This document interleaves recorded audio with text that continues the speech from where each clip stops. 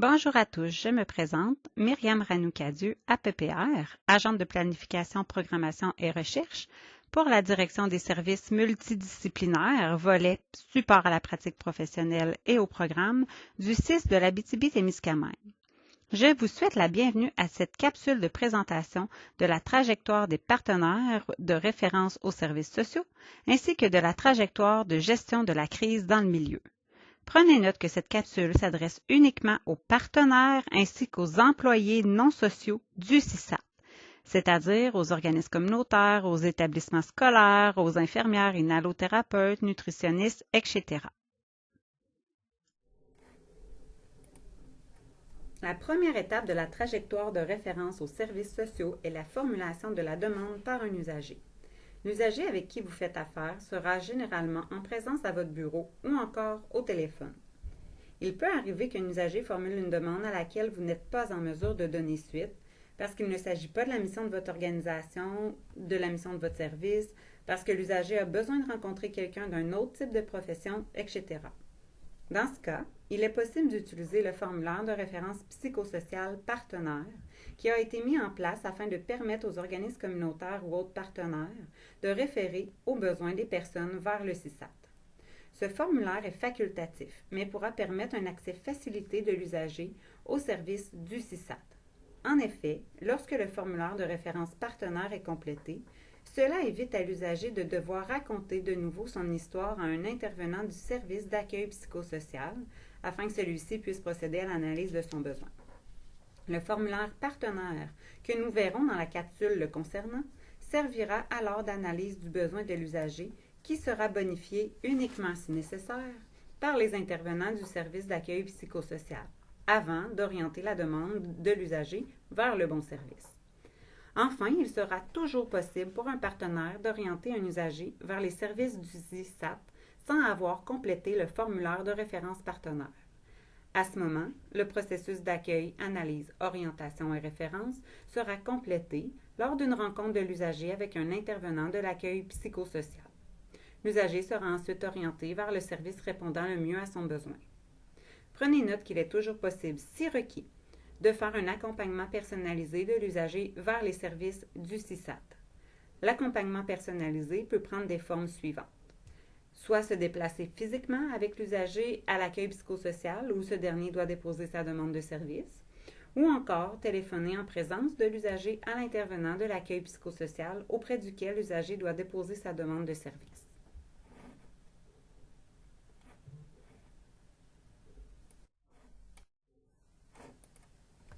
La deuxième étape de la trajectoire est l'accueil et l'analyse de la demande. Notez bien que pour une intervention de crise, vous devez vous référer à la trajectoire de crise de la capsule qui porte ce nom.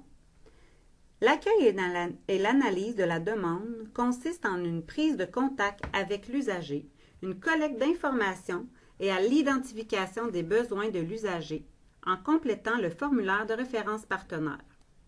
Le formulaire de référence partenaire ainsi que la façon de le compléter vous seront présentés dans la capsule Formulaire de référence partenaire. À cette étape, il est également possible d'utiliser les outils de dépistage lorsque requis. Par exemple, les débats, alcool, drogue, jeux, Internet, le rapport d'intervention auprès de la personne suicidaire ou encore le rapport d'estimation et de gestion du risque d'homicide. Vous pouvez utiliser ces outils uniquement si vous avez reçu les formations nécessaires à leur utilisation. À la suite de son analyse, l'intervenant sera en mesure d'établir le niveau de priorité initial de la demande selon les codes de priorisation de la section 7 du formulaire de référence partenaire. C'est également à cette étape que vous devez valider le consentement de l'usager à échanger des informations avec le CISAT. Une section du formulaire est prévue à cet effet. Notez que vous pouvez contacter l'AOR ou l'accueil psychosocial du CLSC du secteur de l'usager en tout temps pour obtenir un support clinique afin de compléter le formulaire de référence partenaire. Par ailleurs, si vous procédez à une référence que vous jugez urgente, donc une P1, il est toujours recommandé d'effectuer, avec l'accord de l'usager, un contact verbal avec un intervenant de l'accueil psychosocial du secteur concerné, en plus de l'envoi de la référence. La troisième et dernière étape de la trajectoire de référence est la référence vers l'AOR, ou l'accueil psychosocial, du secteur de l'usager. Vous pouvez transmettre le formulaire de référence partenaire de 3 manières, soit en personne, par courriel ou par fax. Notez que si vous envoyez le formulaire de référence par courriel, il est important de s'assurer du chiffrement des courriels afin de préserver la confidentialité des informations contenues dans la référence. Si vous n'avez pas l'option de chiffrement de courriel, nous vous recommandons d'envoyer votre référence par fax ou de venir la porter en personne. L'usager sera informé de l'état de sa demande et du programme service du CISAT dans lequel sa demande aura été inscrite. Sous réserve du consentement de l'usager, un accusé de réception, de même qu'un suivi sur l'état de la demande, sera également communiqué au référent par l'AOR, aussi appelé accueil psychosocial. Ce suivi sera fait par téléphone ou par courriel dans les 30 jours suivant la référence. Veuillez noter que le programme receveur peut modifier la priorité initiale après évaluation clinique, mais doit documenter ce changement au dossier de l'usager et l'en informer. Nous allons maintenant voir la trajectoire de référence d'un usager qui serait en situation de crise. La réponse à une situation de crise auprès d'un usager est une responsabilité partagée par plusieurs acteurs de notre région. Chaque partenaire est outillé à différents niveaux selon les propres capacités pour faire face à de telles situations. La trajectoire gestion de la crise dans le milieu illustre le partage des rôles et responsabilités dans la gestion de la crise entre le CIS de l'Abitibi-Témiscamingue et ses différents partenaires. Lorsque vous faites face à un usager qui est en situation de crise et que vous n'avez pas reçu de formation pour ce type d'intervention, vous pouvez à tout moment faire appel au service d'intervention de crise dans le milieu du CIS de l'Abitibi-Témiscamingue par le biais du numéro de téléphone 811 option 2. Le service de consultation psychosociale téléphonique InfoSocial fera alors une intervention téléphonique auprès de la personne et au besoin demandera l'intervention du service d'intervention de crise dans le milieu 24/7 qui se déplacera pour compléter l'intervention. 2 jours sur semaine, l'équipe d'intervention de crise dans le milieu 24/7 est constituée des intervenants des AOR de la région. Lorsque vous faites face à un usager qui est en situation de crise et que vous êtes formé pour ce type d'intervention, mais que vous avez besoin de soutien, vous pouvez également faire appel au service d'intervention de crise dans le milieu du CIS de l'Abitibi-Témiscamingue par le biais du numéro de téléphone 811 option 2.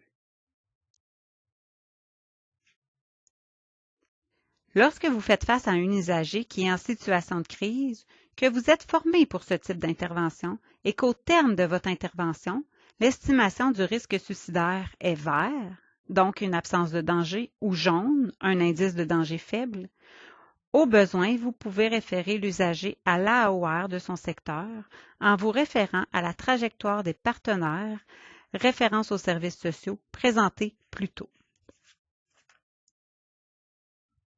Lorsque vous faites face à un usager qui est en situation de crise, que vous êtes formé pour ce type d'intervention et qu'au terme de votre intervention, l'estimation du risque suicidaire est orange, donc un danger grave à court terme, ou rouge, un danger grave et imminent, vous devez, en cas de danger grave à court terme, cote orange, mettre en place un filet de sécurité, vous assurer que l'usager n'ait pas accès à des moyens létaux et instaurer un suivi étroit. Notez que vous pouvez faire appel au service d'intervention de crise dans le milieu du CIS de l'Abitibi-Témiscamingue par le biais du numéro de téléphone 811 option 2 pour vous accompagner dans cette démarche. En cas de danger grave et imminent, cote rouge, vous devez accompagner l'usager à l'urgence. Vous pouvez toujours demander un accompagnement policier dans ces situations, même quand l'usager collabore.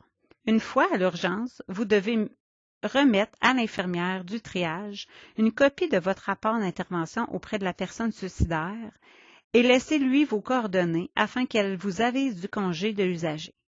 Si l'usager refuse d'aller à l'urgence, contactez le 811 option 2 qui évalueront la nécessité de recourir à la loi P38 et de demander à ce que les policiers amènent contre son gré la personne à l'urgence hospitalière.